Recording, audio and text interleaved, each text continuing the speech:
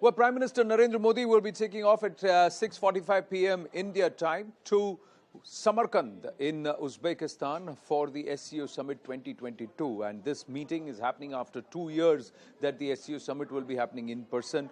There are so many issues, and India seems to be somewhere at the fulcrum where the Russians would want India to buy a lot of their crude oil to continue to support their economy. With the Russia-Ukraine conflict wearing Russia thin, Vladimir Putin is also stretched with the Armenia-Azerbaijan conflict on the other hand. The Chinese, with Xi Jinping, will the hot springs pull-down de-escalation set the stage for a quick pull-aside? Because there is a bilateral that's confirmed between Prime Minister Narendra Modi and Vladimir Putin, and of course, Prime Minister Narendra Modi and of course the head of Premier of Uzbekistan. So there are the two bilaterals. On the other hand, Shehbaz Sharif, the Pakistanis pulling for a meeting with the Indian side. India not confirming anything, but will there be a handshake?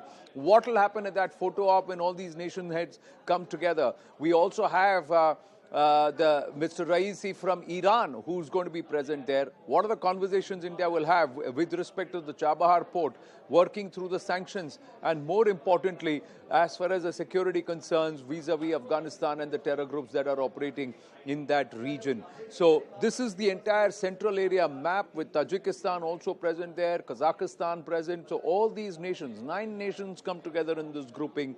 Will India be the fulcrum? That's the big question. There are a lot of celebrations. There is a very positive mood with the Uzbek very clearly, eagerly looking forward to the Prime Minister, who's quite popular there. A lot of action, drama at the Indian pavilion. Amitabh Sinha is down on ground in Samarkand. Amitabh, namaste. अभी बताइए कैसा वहाँ माहौल है, कौन कौन से bilaterals meetings की बात हुई है, कौन कौन से side prime minister Narendra Modi के साथ एक पुल साइड वार्ता की बात कर रहे हैं, या सबकी निगाहें उसी पर टिकी रहेंगी कि किस तरह से और व्यवहार आचरण कैसा रहता है भारत और चीन के बीच में?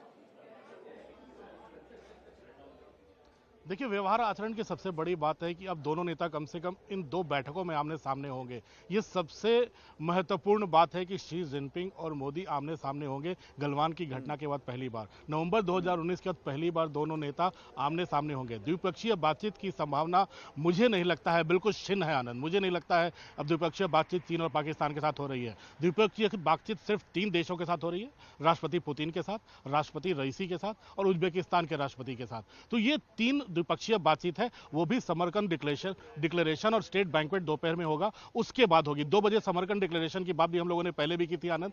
तो ये तमाम चीजें हैं जो इस मामले को आगे बढ़ाएगी। लेकिन एससीओ के 2 बैठकें महत्वपूर्ण है, जहां सभी नेता आमने सामने होंगे। पहली बैठक जो प्राइमरी मेंबर्स हैं एससीओ के, उनकी बैठक होगी, और उसके बाद एससीओ में जो एसोसिएट मेंबर्स हैं, ईरान को इस बार पहली बार मेंबर फुल मेंबर बनाया जा रहा है। उसके बाद ईरान के बाद जो 6-7 बाकी कंट्रीज हैं, मेरे ख्याल से 3 मेंबर पहले से बनाने की प्रक्रिया चल रही है, एसोसिएट मेंबर, और 3 एडवाइजरी मेंबर्स हैं। तो कुल मिलाकर 9 मेंबर और हैं जो कि यहां भाग ले रहे हैं।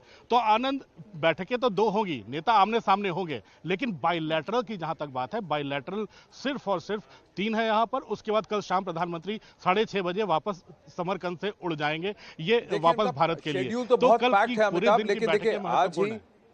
आज देखिए, प्रधानमंत्री ने कहा है कि अमेरिका भारत के लिए बहुत ही स्ट्रेटेजिकली बहुत इंपॉर्टेंट पार्टनर है। आगे चल के भारत के ग्रोथ में अमेरिका का बहुत बड़ा हाथ है। ये बात वो तब कर रहे हैं जब अमेरिका इस बात से नर्वस होगा कि भाई भारत और रूस के बीच में बायलैटरल होने वाला है, क्या हो रहा है। और ये उस वक्त हो रहा है जब अमेरिका ने पाकिस्तान को कहा है कि वो उसके F-16 फाइटर जेट्स को रिफर्बिश करेगा, जिस पर भारत ने चिंता जताई है। यहीं अगर रूस से बातचीत होती है तो सबसे ज्यादा हम एम्यूनिशन इंपोर्ट करने वाले रूस से हैं। रूस ने हमारी हमेशा मदद की है। हम क्रूड ऑयल की इंपोर्ट की भी बात करें, वहीं ईरान से अगर बातचीत होगी तो वहां अमेरिका भी घबराएगा। क्या भारत अपने आप को और अपनी जो नीति है, विदेश नीति है, उसको लेकर चल पाएगा, या फिर ये प्रेशर्स बनेंगे? कहीं रूस की तरफ से ये प्रेशर होगा कि आप चीन के साथ संबंध बढ़ाइए।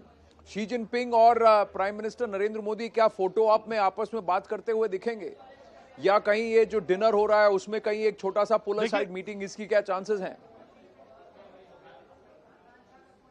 देखिए चांसेस, देखो किसी भी आनंद, किसी भी संभावना से इनकार नहीं किया जा सकता, ये राजनीति है। और खासकर जब स्ट्रैटेजिक और सामरिक महत्व की बातें आती हैं, खासकर PP-15 से डिसएंगेजमेंट के बाद तल्खियां कम करने की शुरुआत हो चुकी है। ये तल्खियां SCO में कितनी कम होती हैं, आमना सामना होता है, हाथ मिलाते हैं तो वो तल्खियां और कम होंगी। G20 समिट होने वाला है, उसमें जब जो दो नेता बैठेंगे तब मुझे लगता है कि ये तल्खियां धीरे धीरे कम होते होते ये शिफ्ट होंगी जब दोनों देश बैठेंगे आमने सामने G20 के समिट में। जहां तक रूस का सवाल है, रूस को भी भारत की जरूरत है यूनाइटेड नेशंस में। अभी G20 समिट होने वाला है, उसमें रूस को भारत की जरूरत जी। इसलिए है कि तमाम अमेरिका हो चाहे यूरोप के जो बड़े विकसित देश हो, वो लगातार दबाव बना रहे हैं, प्रतिबंध लगा रहे हैं। ऐसे में भारत का साथ उनको भी चाहिए।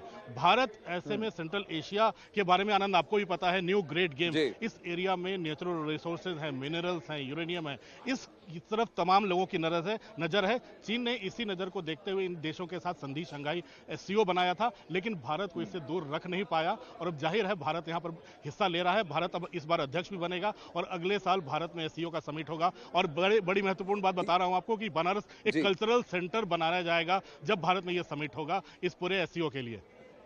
जी, लेकिन उज्बेकिस्तान के राष्ट्रपति के साथ के बारे में भी प्रधानमंत्री नरेंद्र मोदी ने लिखा है कि उनके न्योते पर वो आ रहे हैं। भारत उज्बेक संबंध पर काफी बात करना चाहते हैं, कल्चरल अलाइनमेंट की बात करना चाहते हैं, बातचीत करना चाहते हैं। मेरे पास समय कम है, पर ईरान के साथ क्या बात होगी, चाबहार को लेकर क्या बात होगी, सैंक्शंस के बावजूद ईरान के साथ ट्रेड की बातें होंगी, राष्ट्रपति रईसी से कितनी देर की ये मुलाकात है?